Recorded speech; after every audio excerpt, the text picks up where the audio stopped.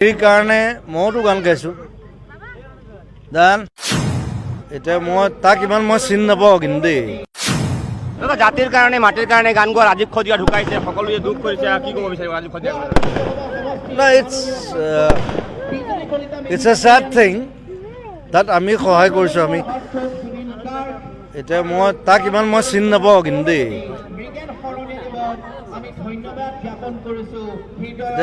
জাতিৰ কাৰণে মইতো গান গাইছোঁ এজন বিশেষ অসমৰ সংগীত জগতৰ ৰজা বুলি কোৱা আৰু একাংশ মানুহে তেওঁক ৰজা পাতি থোৱা এজন বিশেষ গায়ক তেওঁক বেলেগে শিল্পী কয় মই গায়ক বুলি কওঁ তেওঁ ৰাজীৱ খদিয়াক চিনি নাপায় দেখাও নাই চাগে ৰাজীৱ খদিয়াক কাৰণ ৰাজীৱ খদিয়া হৈছে টকৌ পাতৰ চালিৰ তলত পানী পৰা এজন গায়ক আৰু তেখেত হৈছে বিখ্যাত গায়ক তেখেতক ৰজা তেখেতক ডাঙৰ ডাঙৰ মানুহৰ আশীষ ধন্য তেখেত মানুহ ৰাজীৱ খদিয়াই তেওঁক চিনি নাপাব পাৰে ডেফিনেটলি কাৰণ ৰাজীৱ খদিয়া হৈছে একদম মাটিৰ শিল্পী জাতিৰ শিল্পী জনকণ্ঠ গণকণ্ঠ ৰাজীৱ খদিয়া হৈছে টকৌ পাতৰ চালিৰ তলত থকা সন্খ্যাৰৰ চালিৰ তলত থকা এজন গায়ক ইমান ডাঙৰ গায়কে ইমান ডাঙৰ ৰাজীৱ খদিয়া গায়ক নহয় দেই ৰাজীৱ খদিয়া হৈছে গণশিল্পী যেনেকৈ মঘায়ুজা গণশিল্পী ৰাজীৱ খদিয়া গণশিল্পী আৰু জনতাৰ শিল্পী তেওঁ গণশিল্পী হোৱাগে নাই তেওঁ জনশিল্পী আৰু গণশিল্পী হ'বলৈ বহুত দিন আছে তেওঁ নিজকে গণশিল্পী বুলি ভাবে 30,000 গান গোৱাৰ কাৰণে তেওঁ নিজকে ষ্টেজত বিহু ষ্টেজত গৈ পেলাই কয় মই 40,000 গান গালো ইমান দিনত তেওঁ মৰিলে কিমান মানুহ তেওঁৰ লগত যায় এইটো এটা প্ৰশ্নবোধক কিন্তু ৰাজীৱ খদিয়া প্ৰমাণ কৰি দিলে যে ৰাজীৱ খদিয়া যেতিয়া ঢুকাইছে ৰাজীৱ খদিয়াৰ যেতিয়া চাঙিখন দাঙি লৈ গৈছে তেতিয়া 5,000 পৰা 10,000 মানুহ লগত গৈছে তেওঁৰ লগত কিমান মানুহ যায় নাজানো আৰু তেওঁক আমি জনাই থব বিচাৰিছো যে ভূপেন হাজৰিকা মৰাৰ পিছত আটাইতকৈ বেছি মানুহ যদি কাৰোবাৰ লগত গৈছে শেষ যাত্ৰাত সেইজন ৰাজীৱ খদিয়া তেওঁ মৰোতে ইমান মানুহ যায় নে নাযায় প্ৰশ্নবোধক তেওঁক তৈলমৰ্দন কৰি থকা তেওঁক অইলি কৰি থকা তেওঁক তেল মাৰি থকা পাম দি থকা যিসকল আছে সেইসকলৰ বাবে তেওঁ ভগৱান আমাৰ বাবে ভগৱান নহয় আমাৰ বাবে জাতীয়তাবাদী শিল্পী আমাৰ বাবে গণশিল্পী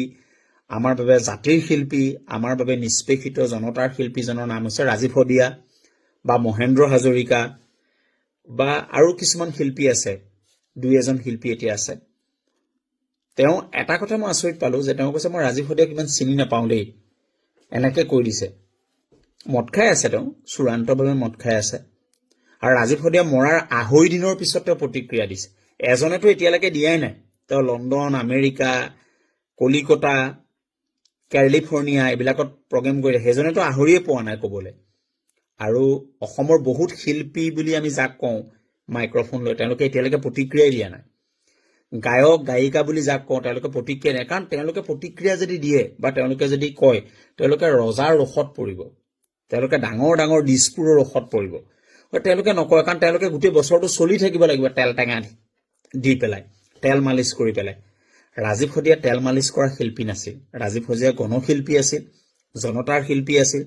জাতিৰ শিল্পী আছিল আৰু মাটিৰ শিল্পী আছিল মই দুৰ্ভাগ্য মই এতিয়া ফেচবুকটো চাওঁতে দেখিলো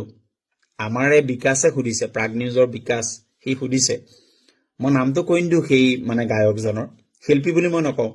তেওঁ ৰাজীৱ খদিয়াক চিনি নাপায় বৰ ডাঙৰ কথা ৰাজীৱ খদিয়াক তেওঁ চিনি নাপায় ৰাজীৱ খদিয়াক তেওঁ চিনি নাপায় এইটো বহুত ডাঙৰ কথা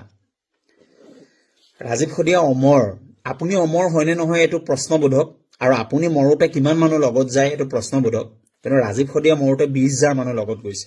মই স্পষ্ট কথা কোৱা মানুহ ভয় নকৰোঁ তেল মৰা আৰু দিছপুৰৰ তৈলমৰ্দন কৰা আপোনাৰ দৰে গায়ক ৰাজীৱ খদিয়া নাছিল ৰাজীৱ খদিয়া এটা বেলেগ মানুহ আছিল ৰাজীৱ খদিয়া অসমৰ মানুহৰ হৃদয়ত সদায় অমৰ হৈ ৰ'ব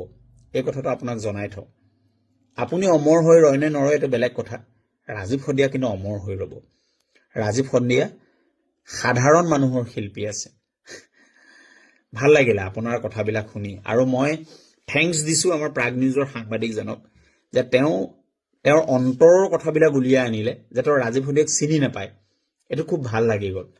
অসমৰ মানুহে দগাপালাত জুখিব কোন জনতাৰ শিল্পী কোন প্ৰফেশ্যনেল শিল্পী কোন ৰজাঘৰৰ শিল্পী, কোন প্ৰজাঘৰৰ শিল্পী, কোন অকল পইচা চিনি পোৱা শিল্পী আৰু কোন জনতাৰ শিল্পী, এইটো অসমৰ মানুহে দগাপালাত জুখিব। ঠিক আছে, ৰাজীৱ শদিয়া কিন্তু সদায় অমৰ হৈ ৰ'ব। অমৰ শিল্পী ৰাজীৱ শদিয়া। হাঁহি উঠিছে আপোনাৰ বক্তব্য শুনি, হাঁহি মানে বৈদ্য হাঁহি উঠিছে, সাংঘাতিক হাঁহি উঠিছে আপোনাৰ কথা শুনি। ভগৱানে আপোনাক ভালে ৰাখক দিয়ক, ধন্যবাদ।